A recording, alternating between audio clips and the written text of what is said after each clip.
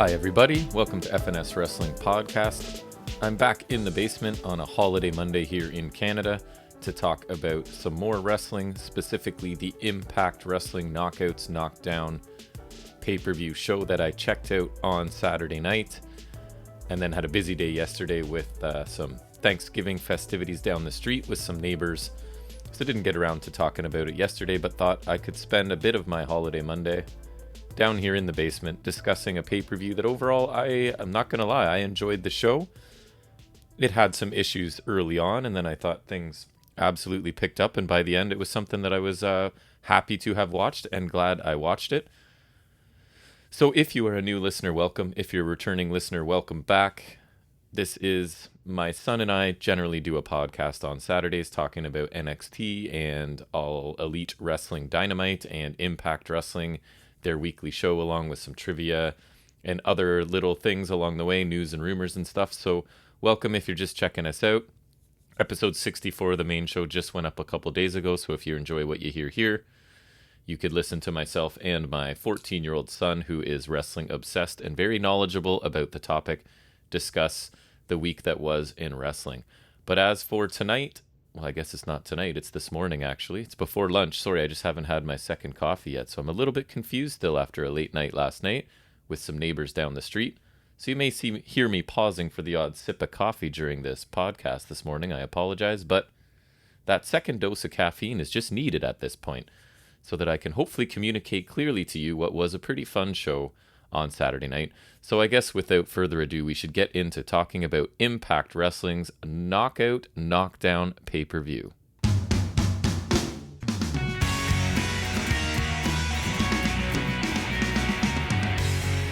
So this show itself contains a tournament. A complete tournament is within the context of this show, or the confines of this show, I guess. Along with a couple other matches, there is a Monsters Ball match and the main event of a Knockouts Tag Team Championship match. But the first match we do get on this show is a round one match in the tournament featuring Lady Frost taking on Rachel Ellering. So Rachel Ellering is an Impact regular. She's signed. She's part of a tag team right now with Jordynne Grace. And Lady Frost, I have seen on the indies. She's been in NWA, a few other places. We find out in this, and it makes sense. They tell us that she has a gymnast background, which if you've seen any Lady Frost, that becomes clear. She does a lot of handsprings, some tumbling, some aerial stuff. So I've found her pretty fun to watch in what I've seen before this, but let's see how she does in this. So one thing I do like about this show is that everything from announcers to referees to everything is all women. So we get Veda Scott and Mickie James are on commentary, and Melissa Santos is the ring announcer of Lucha Underground fame and married to Brian Cage of All Elite Wrestling. And we get a rotation of women referees as well, which I think is a really cool idea to just truly make this show top to bottom all women. So I thought, and not only that, after now having finished the show, obviously, I think Veda Scott and Mickie James did an excellent job on commentary. Like, I prefer them to what I hear when I do try and check out main roster WWE, and not that those aren't talented commentators, because they are, but they're not sort of, I don't think they have a lot of freedom, right? They've got someone in their ear pretty much telling them what talking points to hit on, what promotions to sort of talk about, and that sort of thing. Whereas this was a little more free-flowing, and I thought Veda Scott did a really good job, and Mickie was good sort of doing color as well. So just a nice little wrinkle in this show that it is all women doing everything, which I thought was a pretty cool idea. And now that I've seen the whole product, it was executed really well, I think, too. So like I said, the commentary let us know that Lady Frost is in fact a former gymnast, and again, that makes sense when you see her wrestle. So at one point she combines a cartwheel dropkick and a standing moonsault, then sort of a brief tumbling routine into a cannonball, and also hits a top rope blockbuster along the way. Ellering, it's more strikes. She does hit a nice spine buster, and then eventually she hits what they're calling the Boss Woman Slam, an homage to the Big Boss Man, I guess, and she picks up the win here in this first round match against Lady Frost. So the match got a decent chunk of time, and it was a okay match. I'm not going to go too far here. Ellering dominated for stretches with some pretty basic offense, and then it was Lady Frost kind of getting in some more high-paced flurries and her acrobatics sort of along the way. So I've seen a bunch of Lady Frost lately, to be honest, and I've seen her look better than this, but I don't think it was a bad opener, and it seemed to get the live audience involved. So there seemed to be a little bit of a theme here as I start talking about these first round matches. To be honest, none of them were really great, but I found things picked up a great deal after that. So then we get some promos from Renee Michelle and Chelsea Green. They're sort of talking about how each will beat the other sort of thing and go on to win the tournament. So just kind of generic promos in between here. Nothing that I'm going to recap very thoroughly. So if anyone I thought did a really excellent job, I might mention it. But other than that, it'll be pretty brief recaps of the promos in between. And then we do move into that match, which is Renee Michelle versus Chelsea Green. So Renee Michelle, I believe, is Drake Maverick's wife, right? I've seen her wrestle a few different places.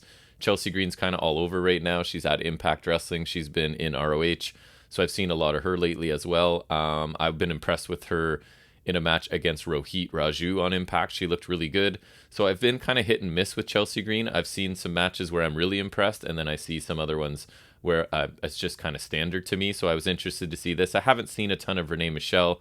What I have seen, I mean, she looks pretty inexperienced to me, which is fine. I mean, that happens to everybody. But anyways, so Michelle in this match is playing the heel, and she's even doing the, like, don't mess up my beautiful face kind of thing at one point. There's lots of basic holds and counters early on in this. Even Mickie James comments about how Chelsea Green is going back to basics, right? Because there wasn't a lot of innovative stuff happening here for a good chunk of this. So Green's in control until she ends up posting herself as Michelle kind of moves out of the way on a shoulder spear or a shoulder tackle, I guess, in the corner. And then Michelle starts to target Green's injured arm, which is still in a cast from breaking it when she was still employed with WWE, I believe. So Michelle works that for a long stretch, then takes a pump kick from Chelsea Green to sort of shift the momentum.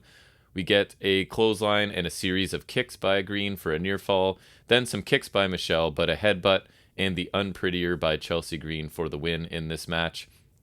So I still feel about the same about Renee Michelle. She did generate some decent heel heat. Maybe her character work is her strength right now, but in the ring she still seems to be fairly limited. But again, she was believable as a heel and did a good job of targeting Green's casted arm, I guess, which is a logical tactic for a heel to take.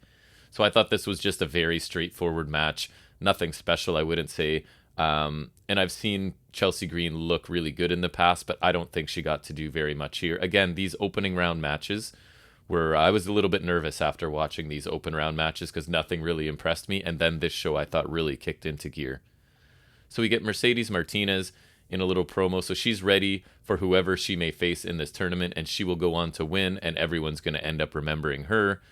And this is sort of mixed in among her promo with like creepy flashes quickly of, I guess, what is the possessed or zombie Brandy Loren now, who is, or they say Brandy Loren, I have to get used to.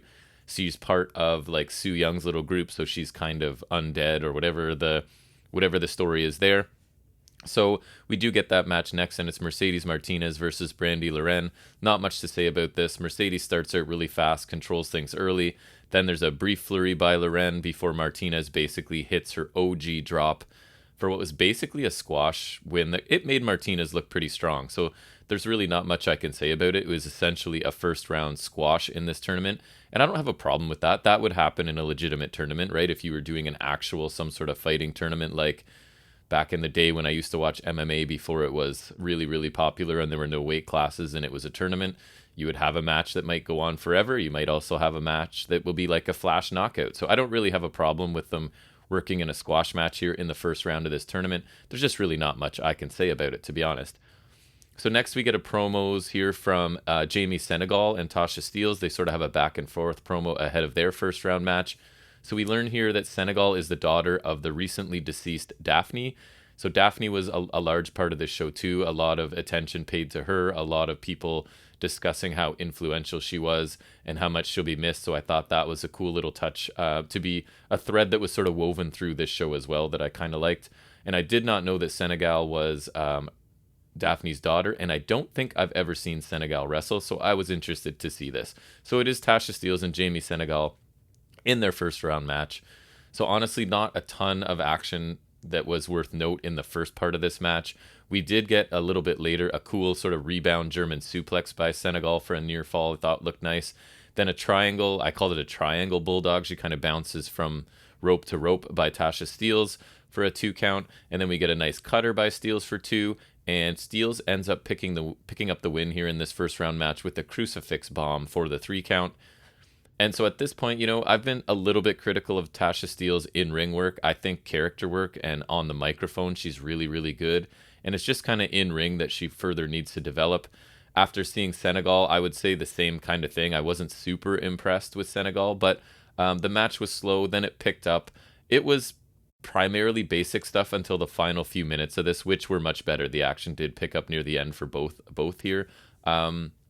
So Steele's, I think her heel work throughout this match was probably the highlight, along with the final few minutes where each of them hit some pretty cool looking stuff. But otherwise, I thought it was a pretty unimpressive first round match. But I must say, I mean, the crowd was pretty into it by the end.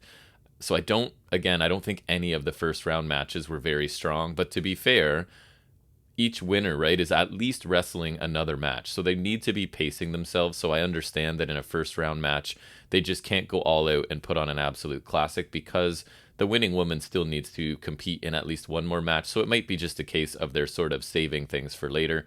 So then we get Gia Miller is backstage somewhere talking to Gail Kim about the action so far in the tournament.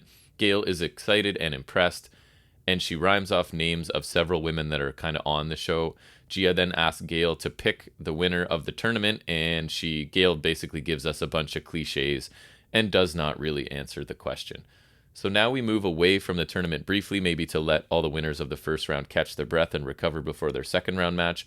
And we get a match which is the Impact Knockouts champion, Deonna Purrazzo, taking on sort of a newcomer here in Masha Slamovich.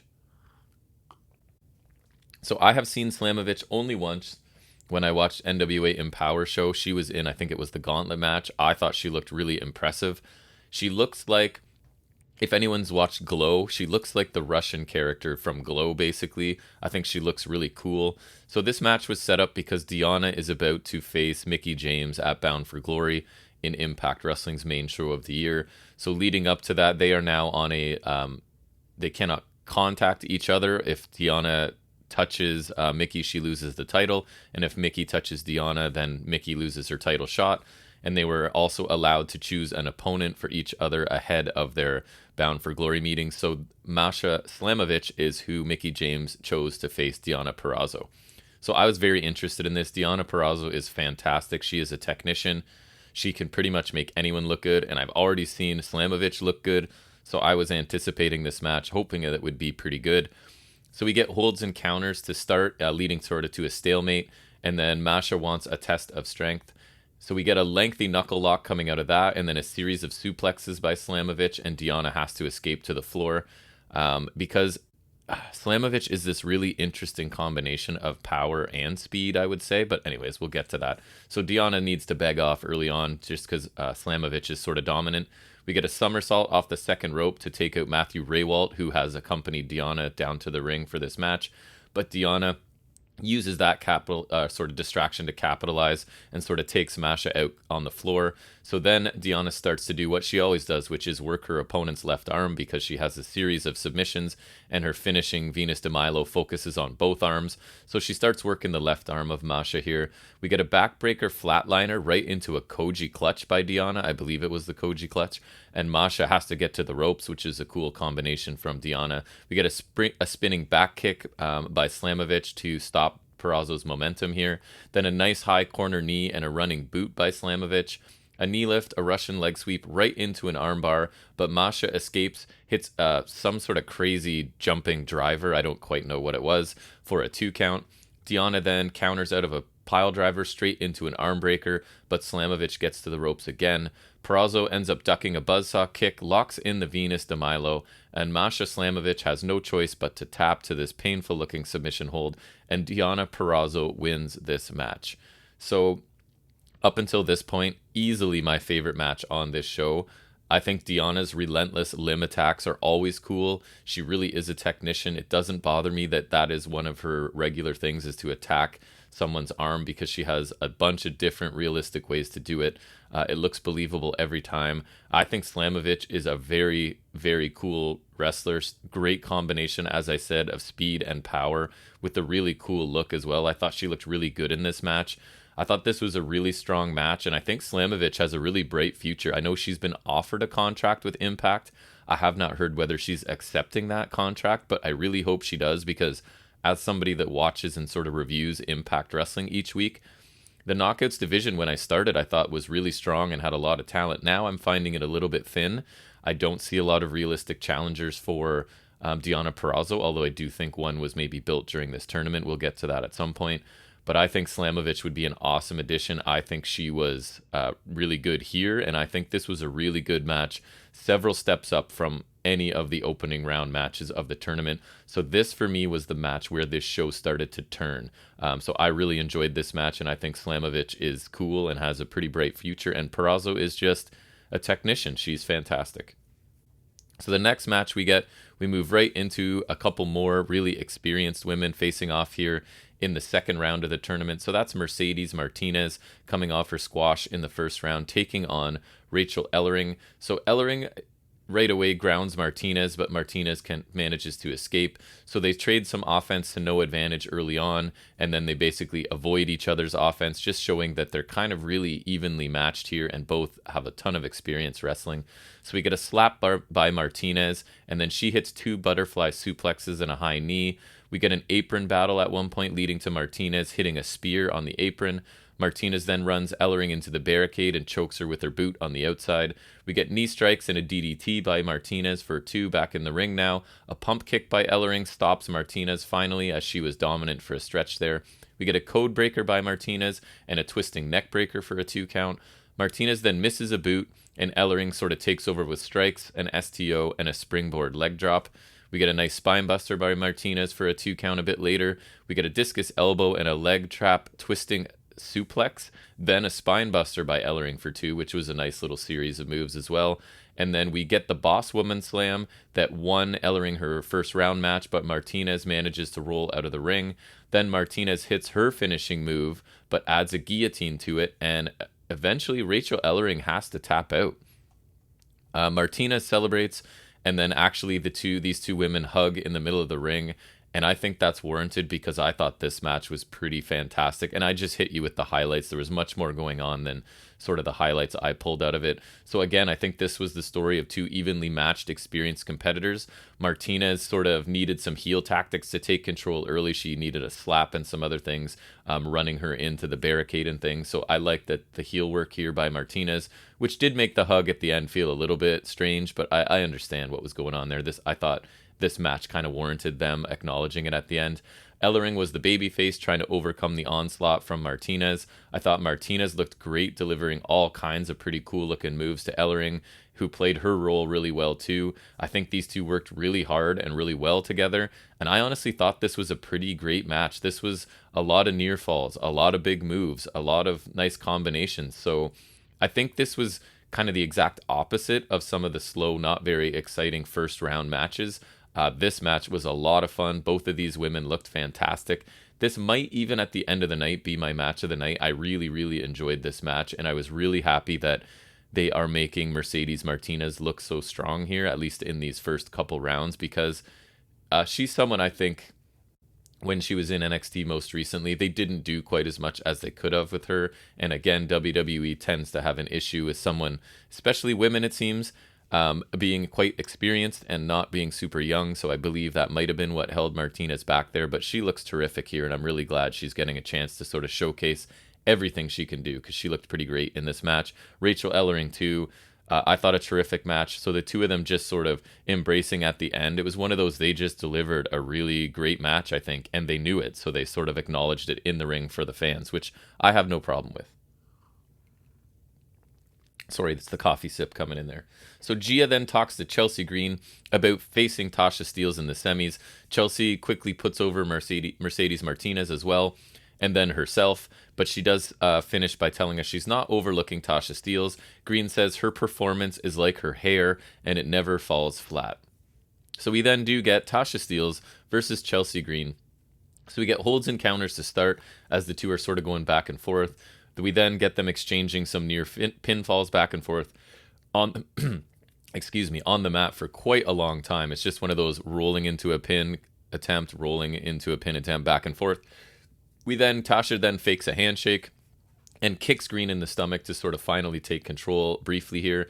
Arm drags and a hesitation drop kick by Chelsea Green later. Tasha has to escape to the floor. We get a suicide dive by Green onto Steele's on the ramp.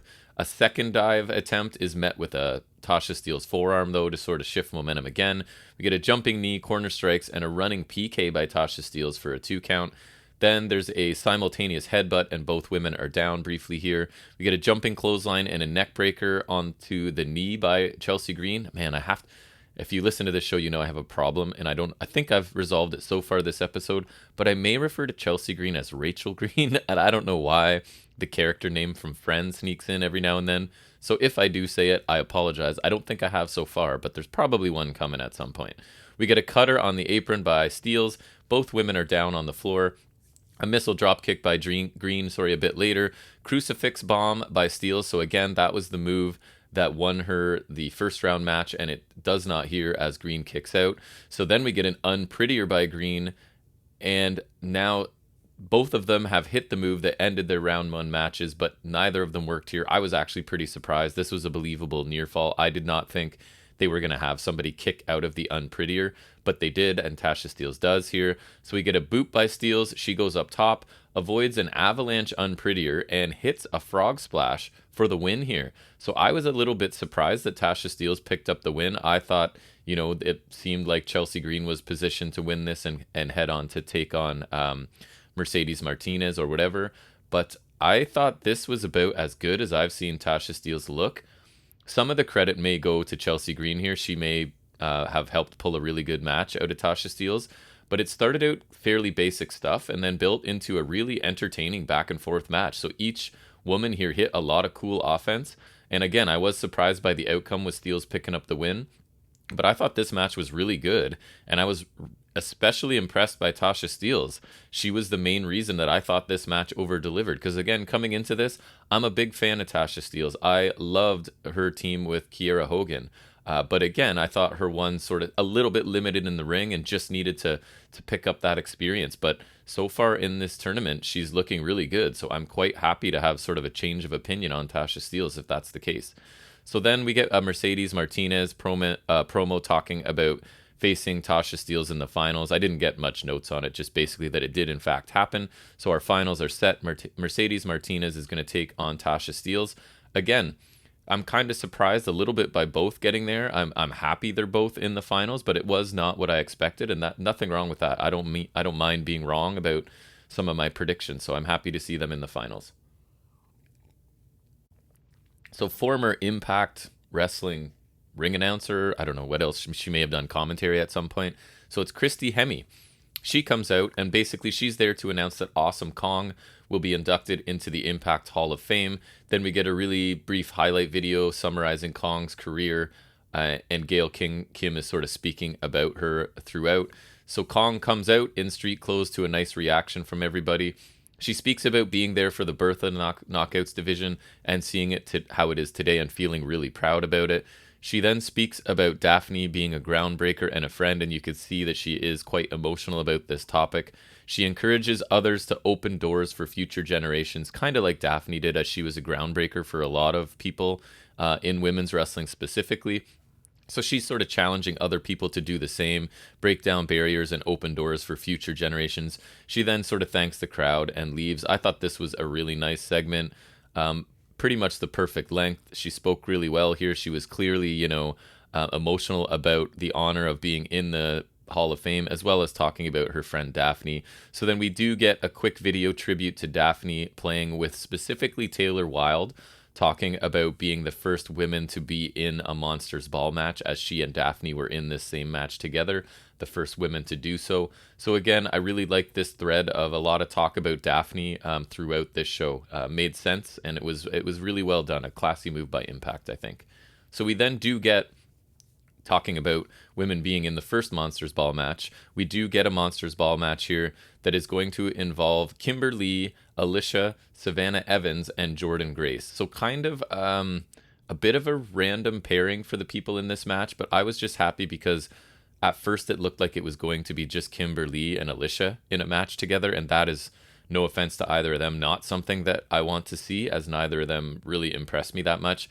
So the inclusion of Evans and Grace was, I think, a good idea. I'm really a big fan of Jordynne Grace. I think she's fantastic. I think she could be a major player in any women's division in any company, and they're just sort of biding their time again until they sort of unleash her again. Savannah Evans, she's relatively new to Impact. She is a powerhouse. She has a really cool look, so I was interested to see more of her in action as well. So we do get this 4-woman Monsters Ball match. So right away the powerhouses sort of pair off in the ring to start, as the other two are on the outside. But then shortly after that, Kimber's back. She has a pool cue, and she's hitting Savannah Evans with a pool cue pretty early in this match. Alisha then has a trash can lid. She's hitting Jordynne Grace with that. I think it was on the outside of the ring. Lee then a little bit later puts a trash can over Evans as she's sort of sitting up on the mat, and hits her repeatedly with the crowbar. So hits the trash can that's over top of Evans' head with the crowbar. Lee then gets a barbed wire chair, puts it into the ring, and eventually sets it up between the turnbuckles in the corner. And then, as happens, she gets a reverse Irish whipped into that chair herself. So now Kimber Lee is bloody, as Alisha sort of Irish whipped her into the barbed wire chair. Alisha goes and gets her kendo stick from under the ring, along with another kendo stick that's wrapped in barbed wire. So Lee is bleeding from her forehead, as I said, and now she's taking kendo stick shots from Alisha. Jordynne Grace stacks up Evans and Alisha in the corner, hits her double running knees and the corner Vader elbow drop that she does for a 2 count. Then we get Kimber Lee with a buzzsaw kick to Jordynne Grace for a 2 count. Kimber then gets a bag of tacks, of course, dumps them out on the mat, and Jordynne Grace, Kimber Lee, man, full marks for her. She was up for anything in this match. So Kimber Lee takes a muscle buster from Jordynne Grace onto the tacks. Incredible. I can't imagine having to do that, but she was up for anything, as I said. We then get kicks and a low flatliner by Alisha to Jordynne Grace, also onto sort of a few of the tacks, not into the main pile of them, but there were still some there for sure. So that's also pretty impressive.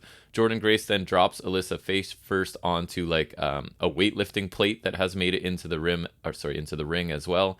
And then Savannah Evans, so Jordynne Grace, when she came down to the ring, I didn't mention, she brought like a bucket of weightlifter's chalk, I guess, with her. So now Evans uses that chalk, throws it in Grace's face, and hits her with a boot.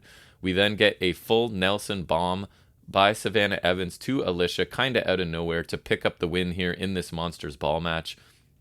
So everybody worked really hard in this match. Kimber Lee in particular was clearly willing to do whatever. She went into the barbed wire chair and was bleeding. She got a muscle buster onto tacks. So she was willing to do whatever it took here. I thought it was kind of interesting because Savannah Evans honestly seemed like she did the least in this match, but ended up picking up the win here. So I thought this was a decent match and a nice change of pace from the tournament, right? It allows the women in the tournament that are heading into the finals at least to sort of catch their breath. So there was definitely a point to this. It's not generally my type of match. I'm not like the Extreme Rules or no DQ kind of guy, but I thought that this was totally fine and added a nice, because you've got kind of like a quote-unquote legitimate tournament happening, right? Where, so to throw in something where there are tacks and chairs and barbed wire and kendo sticks is kind of a nice diversion before you go back to the championship. So I didn't think there was anything wrong with this match. I would say it was a decent match and definitely a nice change of pace from the tournament, but nothing super special. But these women worked really hard, especially, again, I'll say it, I thought Kimber Lee was really good here. So a decent match in the middle of this tournament, I thought. We then get Tasha Steele speaking again. She puts over Savannah Evans as her heater, as Savannah did just win the Monsters Ball match that just finished. She then talks about facing Mercedes Martinez in the finals. Again, nothing specific about what she said, not great details, but I thought her delivery was really good here. Tasha is very strong on the mic and very believable in her character. So I'm really happy to see that maybe I've underestimated her in ring and that maybe she is a little bit more of the total package than I thought she was. So anyways, let's get to this championship match, or sorry, this tournament finals match, which is Tasha Steele taking on Mercedes Martinez here. So we get kicks and a forearm by Steele early, but a forearm and then a throw by Martinez sort of stops Steele in her tracks. We get a delayed vertical suplex by Martinez right into a series of 3 butterfly suplexes that look pretty good. So then Steele gets her turn with the flurries of strikes and a Hurricane Rana. We get an Enziguri and a Tornado DDT by Tasha Steele as well. An uppercut slows Steele. Martinez hits a slam and then some mounted strikes. A cutter by Tasha after she counters the OG drop, and now both women are down. Snake Eyes by Mercedes Martinez after Tasha sort of takes some time to taunt her a little bit, probably ill-timed by Tasha. Martinez is then in control with strikes and corner spears. We get a boot to Martinez on the top rope and a Hurricane Rana off the top by Tasha Steele. And then she goes for the Stratisfaction. So Tasha hits the Stratisfaction for a 2 count. Tasha goes up top, but Martinez rolls to the apron. Martinez lands a kick and then ends up taking basically Tasha from the ropes and hitting her OG drop and picking up the win and winning the Knockout Knockdown tournament, which I thought, again, this was a very good match. And I am, again, even though she didn't win, really impressed with Tasha Steele here. And again, I feel I've underestimated her in-ring ability. I don't know what it is about this tournament setting, or maybe getting a bit more time or not being on TV. I don't know what it is, but I think she looked really good. I thought Martinez looked great here again, and she was basically made to look like a beast throughout this show, from winning a squash match in the first round to just looking great in the other matches with really varied high-impact offense, looking really strong and winning the tournament. So they've created a legitimate threat to the title scene here out of this tournament, and I think that's a great move by them. So I thought Ellering Martinez was a better match than this. That was probably my favorite match on this show, but I think this was another very entertaining match on this show. So after starting out kind of slow with the first round matches, the pretty much everything after that has been really entertaining for me. We then get to the main event, and I'm not going to lie, by the time I had watched I forgot about this match. I thought the pay-per-view was over after the tournament match with Mercedes winning there. So I honestly had forgotten that this match was on the show and in fact going to main event. So that is the Knockouts Tag Team title championship match here, which is the Influence, Tenille Dashwood and Madison Rayne taking on Decay, represented by Rosemary and Havoc. Sorry, coffee sip coming.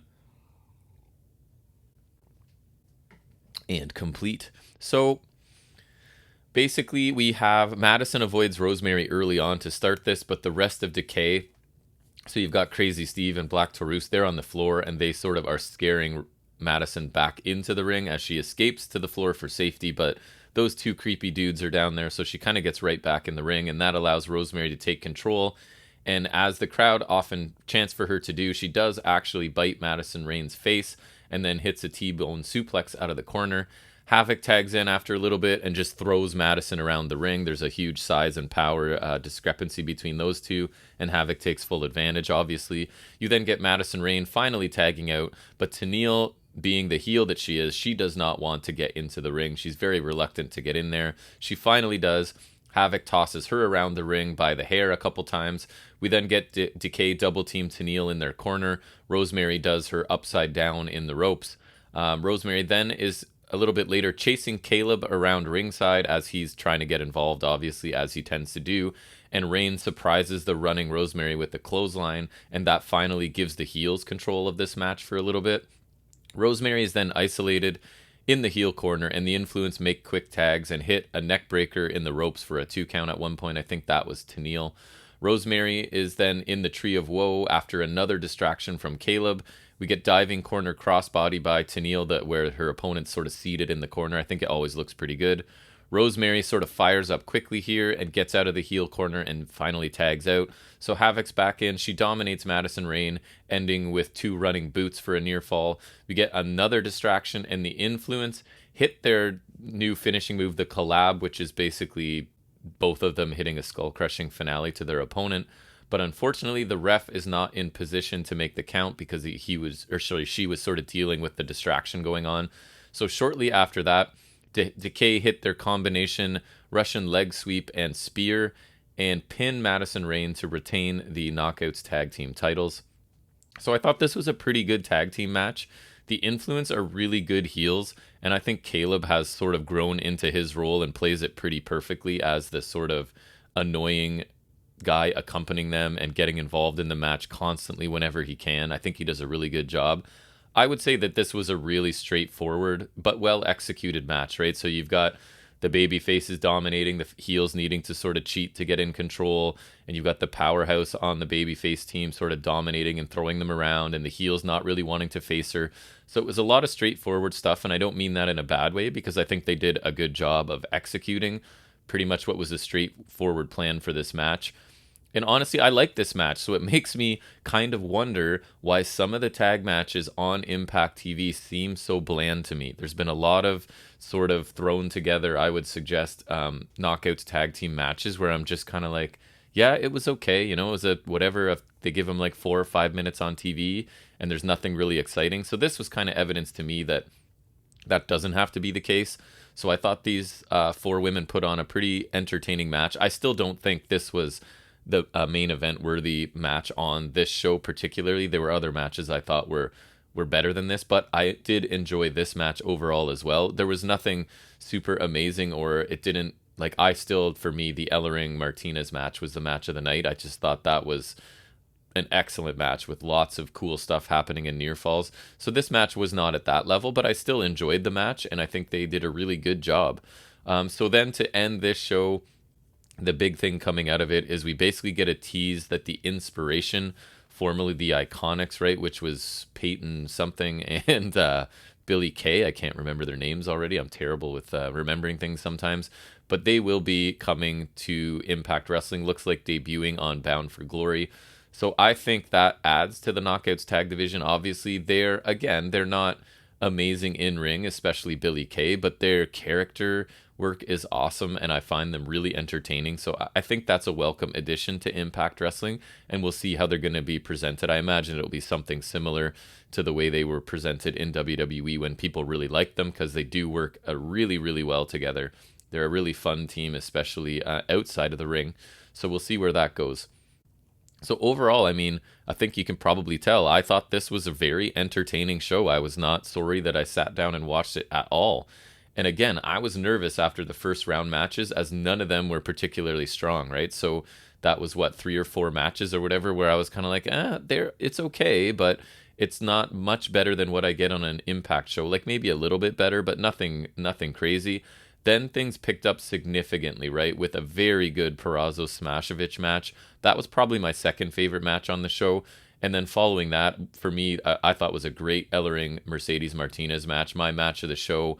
And then everything after that, I thought was at least good, if not better. So the final 2/3 of this show were really fun to watch. I thought Martinez came away looking great. Tasha Steele's stock has to rise after her performance tonight. It does with me personally. I will now sort of stop saying, she needs more experience in the ring. She looked pretty good, and she could only get more experience and get better from there. So I think that they sort of created a bit of a future star from this in Tasha Steele's, and a current one that they can run with right now in Mercedes Martinez.